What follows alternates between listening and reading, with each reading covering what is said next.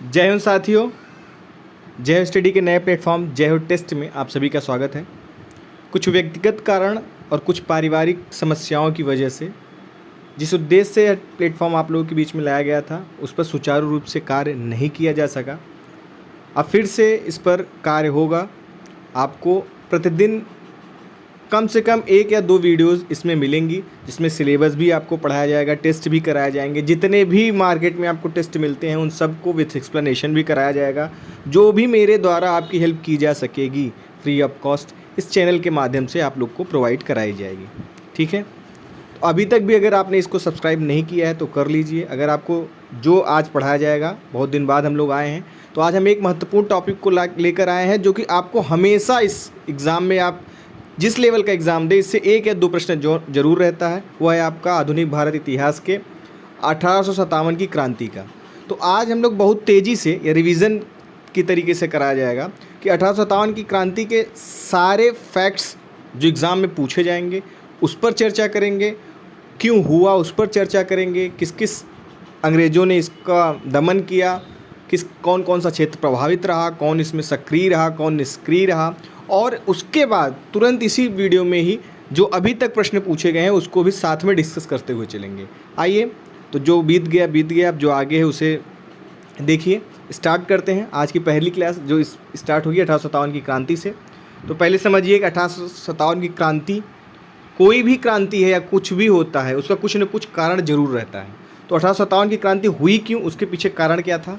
British साम्राज्य की घिनौनी नीतियाँ, कई ब्रिटिश शासक की घिनौनी नीतियाँ थी, आप पढ़े ही होंगे। जैसे इसमें सबसे बड़ा था लॉर्ड वेलेस्ली की सहायक संधि, मजबूर किया गया।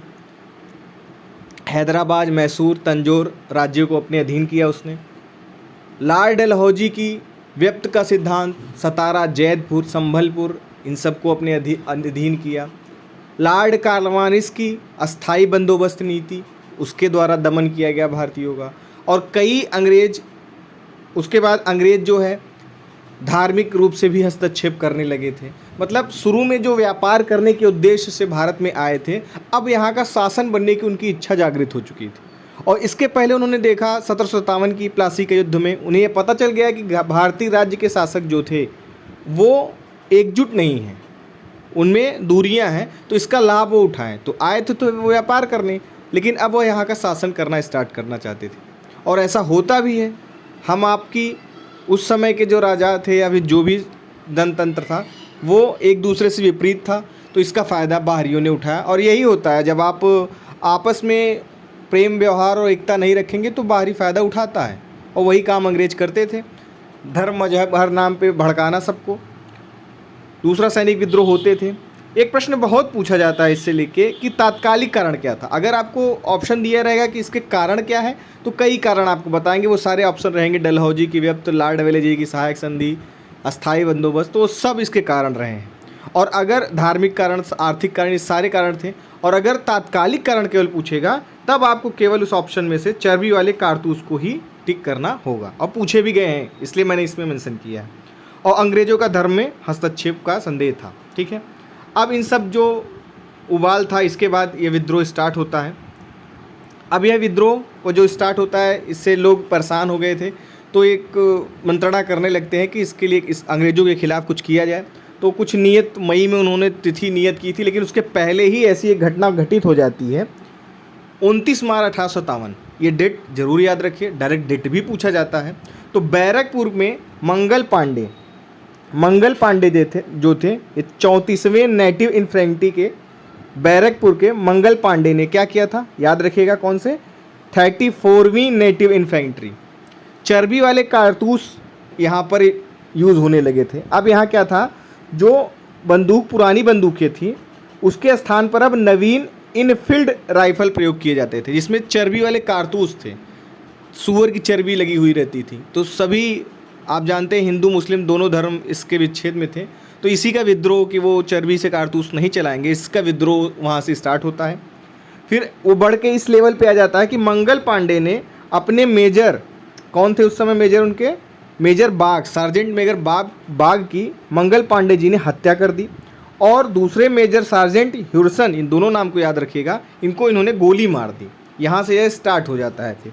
फिर यह बढ़ के 10 मई को पूर्ण रूप से स्टार्ट होता है और यह मेरठ, याद रखिएगा ये अभी एग्ज़ाम में आपके यूपीपीसीएस 2023 प्री में ही यह एग्ज़ाम प्रश्न पूछा गया था। तो 10 मई को मेरठ से 1857 की क्रांति का यह प्रारंभ हो जाता है। प्रतीक चिन्ह इसका कमल का फूल व रोटी होता है और 10 मई को यह स्टार्ट होता है। 11 मई को यह दिल्ली पर विद्रोहियों के द्वारा शासन कर लिया जाता है। वहाँ पर बहादुर शाह जफर को, यानी बहादुर शाह द्वितीय को वहाँ पर आसीन कर बादशाह घोषित कर दिया जाता है। ठीक है, आगे फिर देख, अब यह कहाँ कहाँ किस किस रूप में हुआ आइए देख लेते हैं, महत्वपूर्ण है। बरेली में इसका नेतृत्व किसने किया था? खान बहादुर खां। कई बार ये डायरेक्ट ही पूछा जाता है।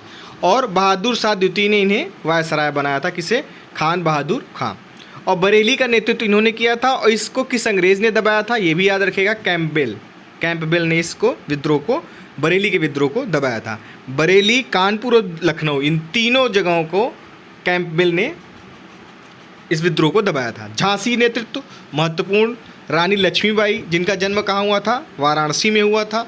यह झांसी के राजा गंगाधर राव की विधवा थी और डलहौजी के व्यक्त सिद्धांत के अनुसार उत्तराधिकारी के अभाव में झांसी का 1853 में ब्रिटिश साम्राज्य में विलय कर लिया जाता है। और जनरल ह्यूरोज, झांसी का जो नेतृत्व करता थी रानी लक्ष्मीबाई, इसको किस ब्रिटिश नायक ने दबाया था? वह थे ह्यूरोज और इन्हीं से लड़ते हुए इनकी मृत्यु हुई थी या वीरगति को प्राप्ति हुई थी। लखनऊ महत्वपूर्ण, लखनऊ उसका नेतृत्व किसने किया? बेगम हजरत महल जी ने।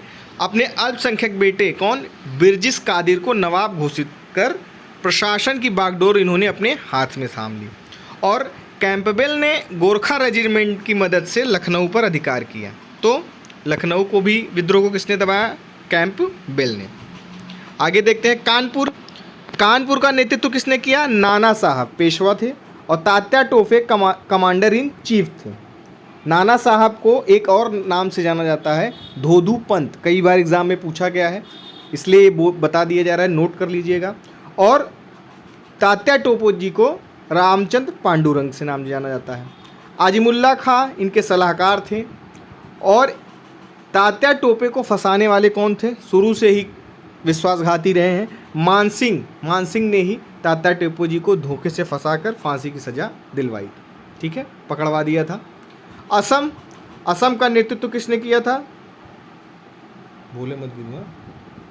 ठीक है, अब 1857 विद्रोह से जितने फैक्ट थे इतने ही हैं। अब बात आती है इलाहाबाद का नेतृत्व किया था लियाकत अली जी ने।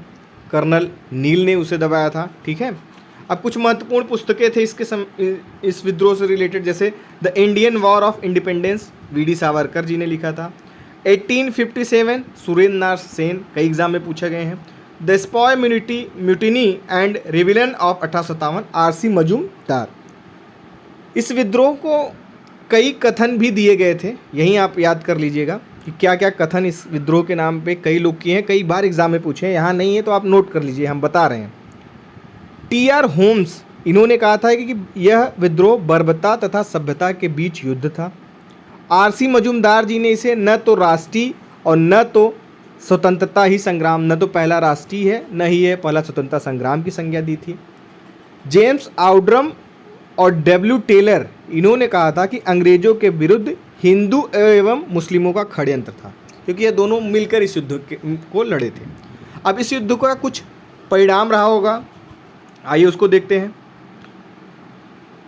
यह विद्रोह सफल नहीं हो पाया था, उसका कारण क्या था? अब उसको समझ लीजिए कि ग्वालियर के जो सिंधिया थे, उन्होंने अंग्रेज का सहयोग किया था। पहला, जो शिक्षित वर्ग था वह इस विद्रोह में रुचि नहीं लिया था।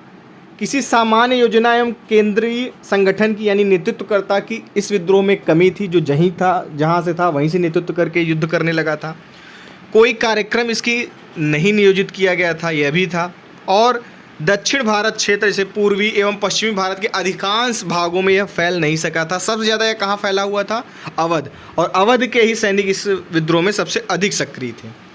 भयोन्मुख कार्यक्रम, सुसंगत विचारधारा, राजनीतिक परिप्रेक्ष्य या भावी समाज और अर्थव्यवस्था के प्रति एक स्पष्ट दृष्टिकोण का इस समय अभाव था। यही सब कारण थे कि यह असफल रहा था। अब इसके परिणाम क्या हुए थे कि अब इसका परिणाम हुआ था कि महारानी विक्टोरिया की उद्घोषणा 1 नवंबर 1858 को इलाहाबाद में लॉर्ड कैनिंग, जिस समय यह युद्ध हुआ था, यह विद्रोह हुआ था, उस समय जनरल कौन था? Lord Canning.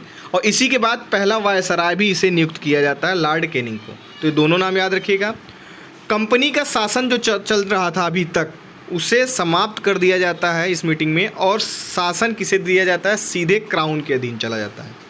इस समय जो सेना थी अंग्रेजों भारतीयों की, वह कितनी थी? 1:5 या कहीं कहीं 1:6 में भी थी। और ब्रिटिश साम्राज्य के विस्तार पर रोक लगा दिया गया। विजय एवं विलय की नीति का इन्होंने परित्याग किया, जो डलहौजी और लॉर्ड वेलेस्ली लोग लाए थे।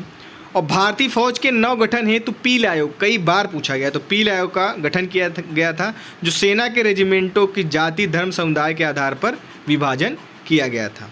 तो इतने ही फैक्ट इससे हैं, और आपको हम दिखाएंगे कि इतने में ही अभी कितने एग्जामों में यह प्रश्न पूछा गया है। तो एक ही लेक्चर में आप देखेंगे कि सारे फैक्ट्स भी आप देख लिए, और अभी तक आए हुए कई एग्जामों में इसके प्रश्नों को भी देख लेते हैं। आइए देखते हैं। आइए देखते हैं 1857 का स्वतंत्रता संग्राम। 1857 के विद्रोह के बारे में सर्वप्रथम इसे भारत की स्वतंत्रता की पहली लड़ाई कहा था। देखा आपने, वीडी सावरकर, बीओ एग्जाम में पूछा गया है ये। 1 नवंबर 1858 को महारानी विक्टोरिया का घोषणा पत्र इलाहाबाद में पढ़कर सुनाया था। किसने? लॉर्ड कैनिंग ने। वह कौन था? जर्नल था, और इसी के बाद यह वायसराय बना था। 1857 में किसने इलाहाबाद को आपातकालीन मुख्यालय बनाया था? स्वाभाविक सी बात है, लॉर्ड कैनिंग।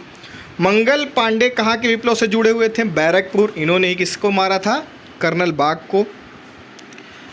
नाना साहब का कमांडर इन चीफ कौन था? तात्या टोपे, जिसे रामचंद्र पांडुरंग भी कहते हैं, और जिसे उसके दोस्त मानसिंह ने विश्वासघात कर फांसी की सज़ा सुनाई थी। सन 1857 के विद्रोह का नेता, बरेली विद्रोह का नेता कौन था? खान बहादुर। और दबाया किस अंग्रेज शासक ने था? कैंप बेल ने। कानपुर, लखनऊ और बरेली को किस अंग्रेज ने दबाया? कैंप बेल ने, याद रखिएगा। भारत की स्वतंत्रता की पहली लड़ाई प्रारंभ हुई थी कहाँ? मेरठ से। इलाहाबाद में 1857 के संग्राम का नेता कौन था? बताया गया, मौलवी लियाकत अली। नील ने दबाया। 1857 के स्वतंत्रता स्वाधीनता संघर्ष की वीरांगना महारानी लक्ष्मीबाई की जन्मस्थली क्या है? वाराणसी। अपने पुत्र के स्थान पर दूसरे उत्तराधिकारी को गोद लेने के लिए अधिकार को पुनः स्थापित किया था। अभी चर्चा हुई थी, जो परिणाम आया था 1858 की सामग्री की घोषणा। 1857 की क्रांति से पूर्व ब्रिटिश और भारतीय सेना का देश में अनुपात था 1:5, चर्चा हुई, या 1:6। 1857 के संग्राम के केंद्रों में से सबसे पहले अंग्रेजों ने किन्हें पुनः अधिकृत किया था? 10 मई को ये मेरठ से चले थे, और 11 मई को वहाँ पर शासन कर बहादुर शाह जफ़र, जिसे बहादुर शाह द्वितीय कहते हैं, उन्हें इन्होंने बादशाह बना दिया था मतलब विद्रोहियों ने। और बाद में इन्हें रंगून, जब वहाँ वापस अंग्रेज के शासन होता है, तो बाद में इन्हें बर्मा यानी रंगून में विस्थापित कर दिया जाता है। वहीं पर इनकी मृत्यु होती है, वहीं इनकी मज़ार है। उनके मज़ार पर यह लिखा हुआ है कि यह इतना बदनसीब था बहादुर शाह जफ़र यानी द्वितीय, जिसे अपने देश में दफन होने की भी भूमि नहीं मिली। ये भी कई बार प्रश्न में पूछा गया है, अब यहाँ याद आ गया था, यहाँ बता दिए। असम में 1857 की क्रांति का नेता कौन था? दीवान मनीराम दत्त। 1857 के संघर्ष में भाग लेने वाले सिपाहियों की सर्वाधिक संख्या क्या थी? अवध। और भारतीय भाषा में 1857 के विप्लव के कारणों पर लिखने वाला प्रथम भारतीय कौन था? सैयद अहमद खां। और एक फैक्ट और अधिक है कि उस समय ब्रिटेन का जो प्रधानमंत्री था पाम्पस्टन था, ये जान लीजिएगा। वायसराय इस समय कौन बनाएगा? Lord Canning. तो इससे अधिक अब नहीं आएगा प्रश्न आपको। आप भी जो आपके बुक होंगे, ये फैक्ट और ये चीज़ें देख लीजिएगा। जो भी जिस भी बुक को आप फॉलो करते हैं, जो भी आप टेस्ट सीरीज़ लगाते होंगे, आप लगाइएगा, निश्चित तौर पे इससे बाहर कुछ नहीं आएगा। भरोसा है, करिए, लगा कर देखिए। और ये कैसा सेशन लगा इसे ज़रूर कमेंट बॉक्स में, अच्छा लगे तो अच्छा बताइए, बुरा लगे तो बुरा ज़रूर बताइए, जिससे इसमें संशोधन किया जा सके। तो जैसा आपको ये अच्छा लगे आप ज़रूर बताइएगा। जो हमारे बैच से जुड़े हुए हैं उनके लिए रिवीजन है, और रिवीजन करिए, तेज़ी से अपनी तैयारी करते रहिए, आगे सारे एग्ज़ाम हैं। और जो नए हैं, जो इस चैनल में हमारे चैनल से नहीं जुड़े हैं, जो हमारे बैचेज़ में नहीं हैं, वो भी उनके लिए और भी फ़ायदा है कि वो इसे देख कर बार बार कहें। पर डे आपको 1-2 वीडियो इस लेक्चर से अब मिलेंगी, और इसी तरीके की मिलेंगी, कुछ कराएंगे, कुछ टेस्ट कराएंगे। बने रहिए, जुड़े रहिए। अच्छा लगे जैसा भी हो हमारे चैनल को हमें इस कमेंट बॉक्स में ज़रूर बताइएगा। अच्छा लगे तो अधिक से अधिक शेयर ज़रूर करिएगा, लाइक कमेंट ज़रूर करिएगा, इससे प्रोत्साहन मिलता है। बहुत बहुत धन्यवाद।